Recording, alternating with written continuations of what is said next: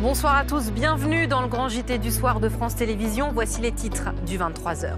Notre choix culture ce soir, c'est une femme puissante qui affirme que nous détenons toutes des super pouvoirs, dont celui de donner la vie et que nous l'oublions au profit de naissances trop médicalisées. Elle signe la naissance.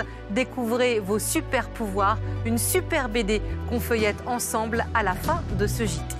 Le 23h aime les femmes puissantes et les voix différentes. Lucille Gomez est notre invitée culture et elle coche les deux cases. La preuve, elle nous propose de découvrir les super pouvoirs des femmes via la naissance. La naissance, découvrez vos super pouvoirs en BD chez Mama Édition. Bonsoir Lucille Gomez. Bonsoir. Je suis ravie de vous recevoir. On va se dire pourquoi parler de la naissance comme ça dans un JT, mais parce que votre guide, c'est ce qu'on a pensé en tout cas avec l'équipe, est à mettre entre toutes les mains. Il est doux, il est poétique, il est tendre et il est super informé. Vous avez fait quand même combien beaucoup de recherches, j'imagine, pour mettre tout ça en page, ou c'est vraiment...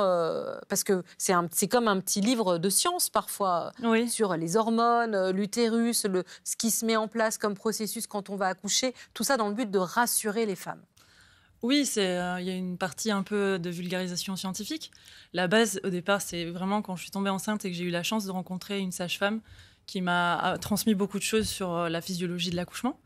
Et puis ma stupéfaction quand j'ai réalisé que ce qu'elle m'avait transmis, la plupart de mes amis et des femmes que je connaissais, qui avaient parfois accouché plusieurs fois, ne le savaient pas en fait.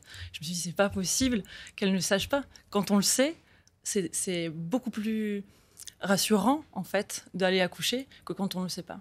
Alors vous faites une différence dans votre livre dès le début. Il y a les lunettes vertes, les lunettes médicales où on voit tout au côté flip, comme vous dites, angoisse, péridurale, piqûres, hormones, à plat ventre, les cas de fer en l'air, etc. Et puis l'approche plus physiologique et vous nous dites attention, on oublie trop souvent avec cette médicalisation que la femme entre guillemets, est faite pour accoucher, qu'on accouche depuis la nuit des temps et qu'on est un mammifère comme les autres. Et faisons-nous, avec un peu de douceur et d'intimité, faisons-nous confiance. Et on n'est pas obligé de passer par tous ces stades extrêmement surveillés.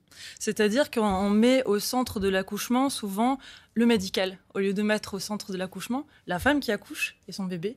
C'est-à-dire que parfois, à trop prévoir les problèmes qui risquent d'y avoir, on entrave la physiologie, on entrave le bon fonctionnement du corps de la femme qui accouche. Donc, les lunettes de la physiologie, c'est tout simplement... la physiologie, c'est expliquer ce qui fonctionne dans le corps quand ça fonctionne bien. La pathologie, c'est la maladie, c'est les problèmes, en fait. Vous expliquez un truc très intéressant, c'est... alors, pardon... pour les messieurs, mais les papas sont concernés aussi. Quand on accouche, il y a l'ocytocine qui provoque les contractions, et puis il y a son ami qui permet de moins les sentir, l'autre hormone qui est apérée. L'endorphine. Voilà, l'endorphine avec elle. Et vous dites que quand on est médicalisé comme ça, il y a une autre hormone qui entre en jeu, le stress, qui empêche toutes ces deux hormones de fonctionner correctement, et qu'en plus, quand on nous injecte des produits, parce que justement, c'est mécanique, ça bloque la bonne régulation. Parce que vous dites, il y a de la douleur, mais le corps est fait et les hormones sont faites pour que ces douleurs soient suivies par des pics de calme et que tous ces procédés chimiques brouillent complètement le système qui sait se gérer tout seul. Oui, c'est-à-dire qu'en fait, on a tellement peur d'accoucher, on part tellement du principe que c'est dangereux et que ça va être de la souffrance, qu'on l'a intégré comme tel et on arrive très stressé. Or, le stress inhibe les bonnes hormones de l'accouchement et tout le processus à ce moment-là se met à dysfonctionner. Donc, on risque de nous injecter des hormones artificielles qui ne sont pas accompagnées de l'endorphine. L'endorphine, c'est de la morphine endogène, donc de la morphine qu'on sécrète naturellement, qui nous aide à tempérer la force des contractions. Et en fait, l'ocytocine, c'est une hormone merveilleuse qui existe, qu'on appelle l'hormone du plaisir aussi, qui existe à plein de moments de notre vie, mais notamment dans l'orgasme. L'orgasme féminin, ce sont des contractions utérines. Des contractions utérines qui sont là aussi le jour de l'accouchement. C'est une hormone qui expulse, comme dans l'éjaculation. Et pour arriver, cette ocytocine, elle a besoin de certaines conditions. C'est de ne pas avoir faim, de ne pas avoir soif, de ne pas avoir froid, de sécurité affective, de mouvement. et de confiance, en fait, d'intimité. Et souvent, quand on arrive à l'hôpital, c'est tout l'inverse. C'est tout l'inverse. Alors, j'imagine que vous n'allez pas vous faire que des amis, hein, mais je pense qu'il y a aussi des médecins et des chirurgiens ouverts d'esprit. Pour conclure, vous coupez le pied vous-même, l'herbe sous le pied à vos détracteurs, parce que vous parlez avec un petit chat qui vous accompagne tout au long du livre, qui vous dit « Mais attends, tout ça, c'est des trucs de bonnes femmes, c'est des sorcières avec des plantes du XVIIe siècle, vous êtes dans l'obscurantisme. » Et vous savez aussi qu'on peut vous dire ça, on vous dit « Attendez... oui.